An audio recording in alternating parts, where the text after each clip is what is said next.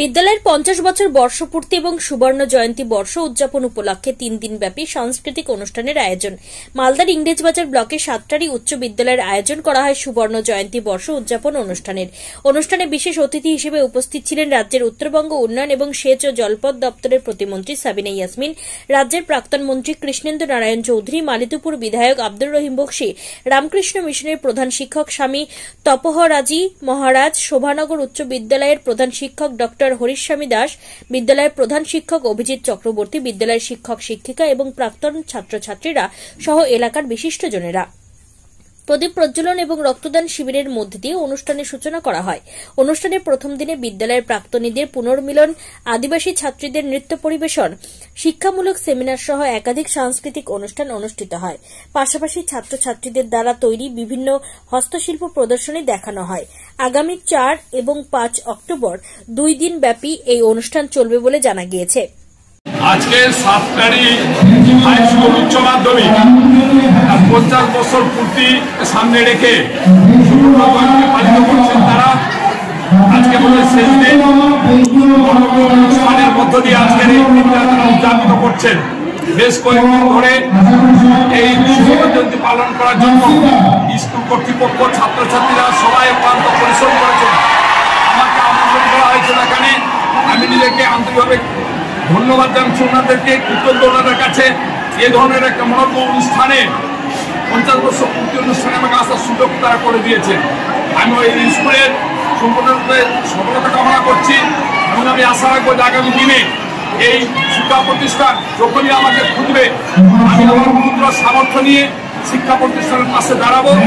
শিক্ষা প্রতিষ্ঠান কিন্তু আরো ভালো হয়, সুন্দর হয়, সেদিকে নিশ্চয়ই নজর রাখবো। প্রকাশ করতে হবে।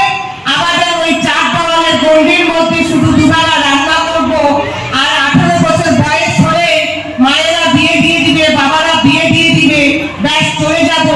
এই সপ্তাহের মধ্যে যদি আমরা বসবাস করি তাহলে আমরা কোনোদিনই মেয়েরা এগিয়ে যেতে পারবো না। মেয়েদেরকে অনেক বড় হতে হবে। একজন শিক্ষিত মায়ের সন্তান নিরক্ষর হয় না।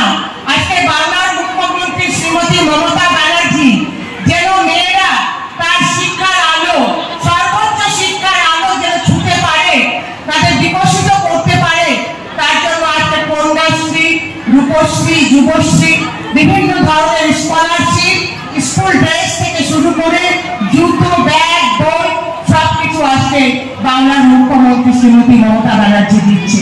তারপরে কেন আমরা পড়ার সুযোগ দেব না? আজকে মেয়েরা যারা এখানে উপস্থিত হয়েছে, আমি শুধু একটি কথাই বলবো, পরে একদিন এসে আমি বিস্তারিতভাবে কথা বলবো।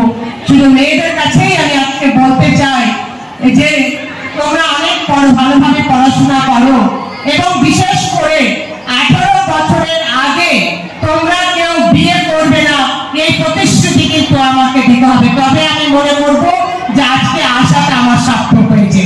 18 বছরের আগে কোনো মেয়ে বিয়ে করবে না, প্রয়োজনে বাবা মার বিরুদ্ধে থানাতে গিয়ে কেস করবে। বুঝেছো? জীবনটা তোমাদের, জীবনটা তোমাদের। বাবা মা যদি চায় তার দায়িত্ব এড়িয়ে 13-14 বছর বয়সে বিয়ে দিয়ে দিতে, তোমরা গোপনে থানাতে কল করবে, আমাদেরকে কল করবে, আমরা তোমাদের ব্যবস্থা করব। কোনো প্রকারে 18 বছরের আগে তোমরা বিয়ে করবে না, এটা আমি অন্তত পক্ষে তোমাদের কাছে আশা রাখবো। তবে না, উচ্চশিক্ষার হার অনেক বেড়েছে, মেয়েদের উচ্চশিক্ষার হার অনেক বেড়েছে এবং আমার মনে হয় বর্তমানে যারা 15-16 বছর, 17 বছর বয়স, বিশেষ করে ছেলেরা, বাবা মা তারা কি করছে, যারা যেসব ছেলে মেয়েরা হয়তো পড়াশোনায় ক্লাসে ফার্স্ট নয়, সেকেন্ড নয়, থার্ড নয়, সেসব ছেলেকে বাইরে কাজ করতে পাঠিয়ে দিচ্ছে।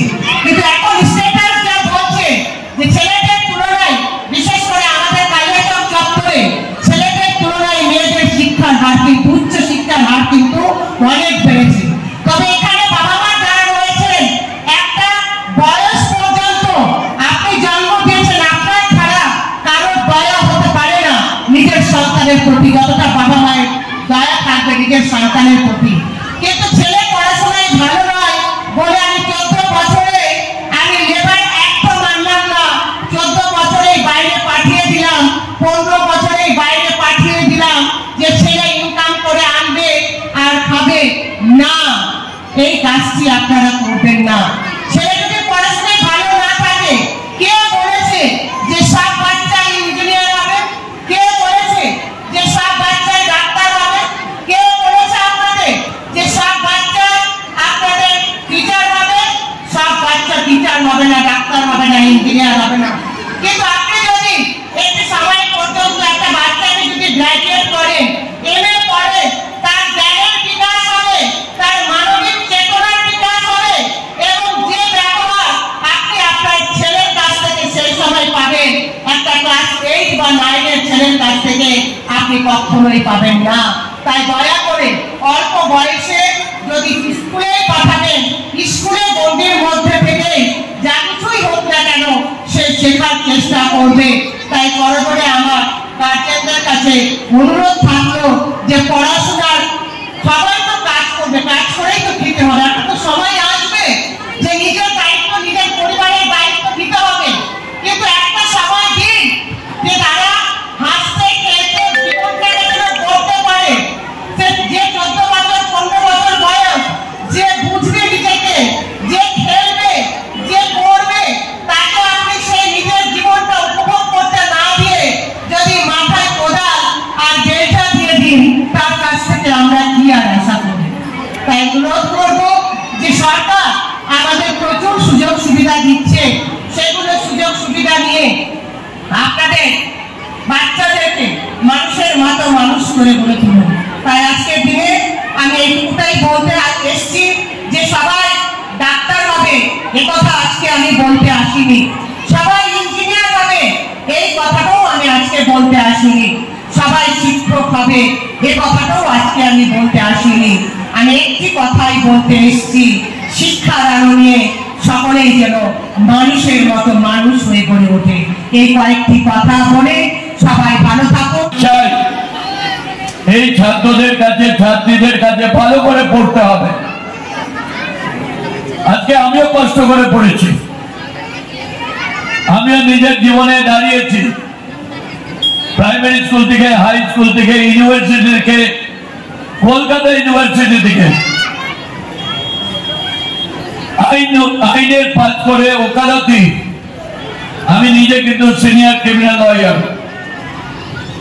কোর্টে গিয়ে আমরা সওয়াল করি, কাজ করি। তার মানে একটা শিক্ষা আমি অর্জন করছি, আরেকটা শিক্ষা পেয়েছি মানুষের আশীর্বাদ নিয়ে। বিধায়ক হয়েছি, মন্ত্রী হয়েছি, কিন্তু একটা মাথায় থাকে যে মানুষকে, সমাজকে ভালো করতে হবে, তৈরি করতে হবে। সমাজ যদি তৈরি না হয়, ছাত্র যদি তৈরি না হয়, তাহলে কোনোদিন বড় হতে পারবে না। আমি আবার সবাইকে আমার পক্ষ থেকে আন্তরিক শুভেচ্ছা, শ্রদ্ধা, ভালোবাসা, সালাম জানাচ্ছি। এই ছাত্রী আগামী দিনে বড় হবে, এখান থেকে অনেকে বড় হবে। আমি জানি এখানে অনেক ছেলে, ইকবালের এক ভাই বিদেশে থাকে, এই স্কুল থেকে পড়াশোনা করে। এখানে মহিউদ্দিন আছে, এই স্কুলের ক্লাস, সেও নিয়মিত যায়। অনেকেই আছে, আমার অনেক শিক্ষক শিক্ষিকা আমার পরিচিত। শুধু বলবো মানুষের মতো মানুষ হতে হবে, আর মানুষের মতো মানুষ হতে গেলে শিক্ষা দরকার, আর শিক্ষা থাকলে অনেক কাজে এগিয়ে যাবে। সবাইকে আন্তরিক ধন্যবাদ জানিয়ে আমার বক্তব্য শেষ করছি। Bureau report, news for Bengal. This channel does not promote or encourage any illegal activities. All contents provided by this channel is meant for educational purpose only.